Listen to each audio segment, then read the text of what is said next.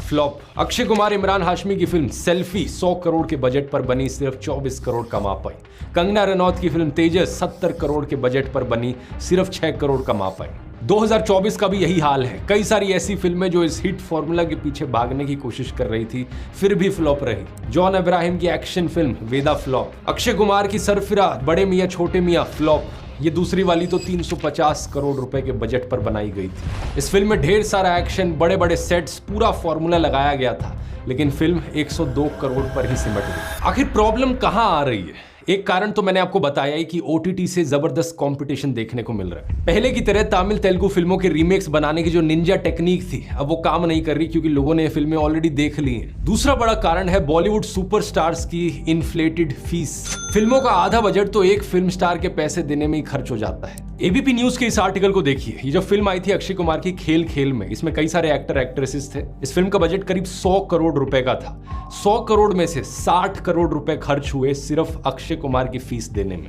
मतलब फिल्म का 60% बजट सिर्फ एक एक्टर के ऊपर खर्च किया जा रहा है। बाकी एक्टर्स को नेग्लिजिबल अमाउंट मिला इसके कंपैरिजन में। और इसके बाद सोचो फिर कितना पैसा रहेगा फिल्म की स्टोरी पर खर्च करने के लिए, डायरेक्शन पर, स्क्रीन प्ले के लिए, डायलॉग्स लिखने के लिए। इस फिल्म की टोटल कमाई करीब 57 करोड़ रुपीस की थी 100 करोड़ के बजट पर। अगर इतनी ज्यादा फीस यहां ना गई होती तो ये फिल्म शायद फ्लॉप नहीं होती, एक हिट होती। बिजनेस स्टैंडर्ड के इस न्यूज आर्टिकल में बताया गया है कि केवल हिंदी फिल्म लीड एक्टर्स ही नहीं, बल्कि साउथ इंडियन फिल्म्स के लीड एक्टर्स भी एक फिल्म के लिए 100 से 200 करोड़ रुपए की फीस चार्ज कर रहे हैं। न्यूज 18 की इस रिपोर्ट के मुताबिक कृति सैनन को आदि पुरुष के लिए 3 करोड़ रुपए मिले, जबकि प्रभास को इसके लिए 150 करोड़ रुपए मिले। 150 करोड़ रुपए अगर सिर्फ एक एक्टर पर खर्च किए जाएंगे तो कहां से सीजीआई वीएफएक्स पर खर्च करने के लिए पैसा बचेगा? तो बात वही आ जाती है, अगर लोगों के पास ऑप्शन है एवेंजर्स की फिल्में देखना, game of thrones, Lord of the rings, अवतार देखना, तो लोग बड़े मियां छोटे मियां क्यों देखेंगे? एक ऐसी फिल्म जिसमें 2 एक्टर्स जिन्हें एक्टिंग करनी नहीं आती और वही घिसी पिटी कहानी की 2 हीरोज किसी इविल साइंटिस्ट से दुनिया को बचा रहे हैं। यह सुनकर आपको लगेगा कि ये सुपरस्टार फिल्म एक्टर्स पैसों के लिए लालची हो रहे हैं, लेकिन जो लोग पैसों के लिए तंबाकू, पान मसाला और शराब बेच सकते हैं, सरोगेट एड्स कर सकते हैं या गैम्बलिंग बेटिंग एड्स प्रमोट कर सकते हैं, तो फिल्म्स के लिए ज्यादा चार्ज करना आखिर क्यों नहीं करेंगे?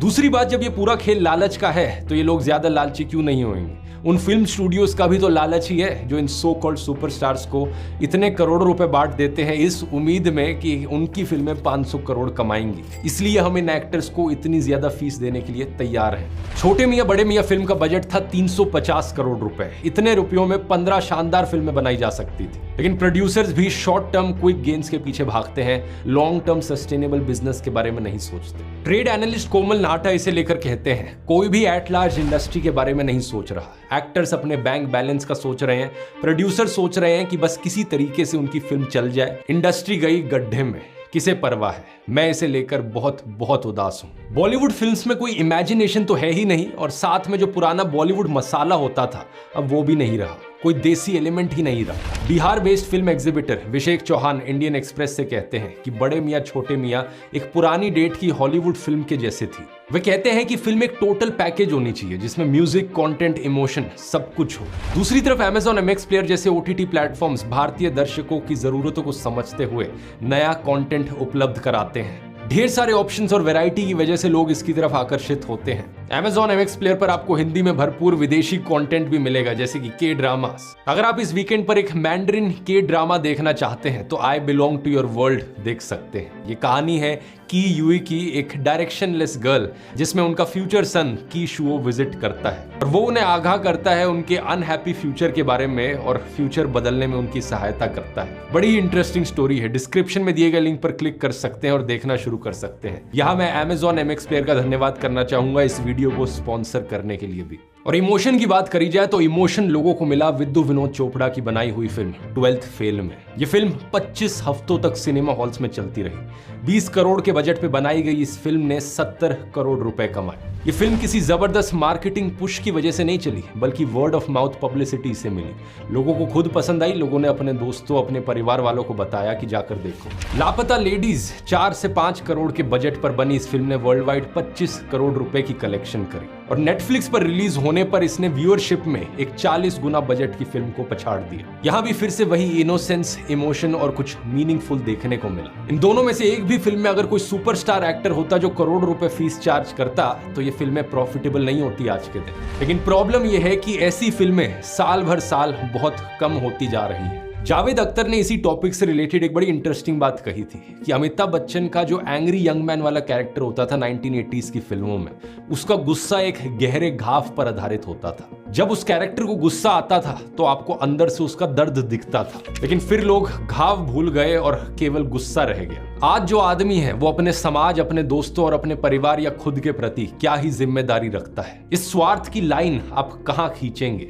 और इसलिए अब महान कैरेक्टर्स नहीं है, महान एक्टर्स हैं। शायद आप में से कुछ लोग इस बात को ना जानते हो कि सलीम जावेद की ही जोड़ी ने हाथी मेरे साथी, शोले, जंजीर, दीवार, डॉन, शक्ति, क्रांति, मिस्टर इंडिया जैसी यादगार फिल्में लिखी हैं। क्या ये लॉजिकल बात नहीं कि फिल्म स्टूडियो स्क्रिप्ट शॉर्टलिस्ट करने के लिए जावेद अख्तर जैसे सीनियर क्रिएटिव लोगों को क्रिएटिव टीम में रखे, लेकिन इंडस्ट्री में बढ़ते कॉर्पोरेटाइजेशन के चलते इनकी जगह अब 24-25 साल के कॉर्पोरेट MBAs ले रहे हैं। सारी कृपा यही स्टूडियोज के लालच और उनकी सो कॉल्ड क्रिएटिव टीम पर अटकी हुई है। वरना ऐसा नहीं है कि आज बॉलीवुड में talented actors, writers, film makers ना हो, बिल्कुल हैं, और वो लोग अच्छा काम भी करना चाहते हैं। अपनी फिल्म LSD 2 के रिलीज पर दिवाकर बैनर्जी ने कहा था कि उनकी फिल्म को लिमिटेड रिलीज मिला क्योंकि एक बड़ी फिल्म जो चल भी नहीं रही थी उसने सभी स्क्रीन्स प्री बुक कर लिए थे। ये सब कुछ पावर का खेल है। इससे पहले उन्होंने समदीश भाटिया के साथ इंटरव्यू में कहा था कि इंडिपेंडेंट सिनेमा को एक सिस्टमैटिक तरीके से साइडलाइन करने का काम किया जा रहा है। It's quite an interesting piece of cinema history that 100 crore club telling the audience कि this film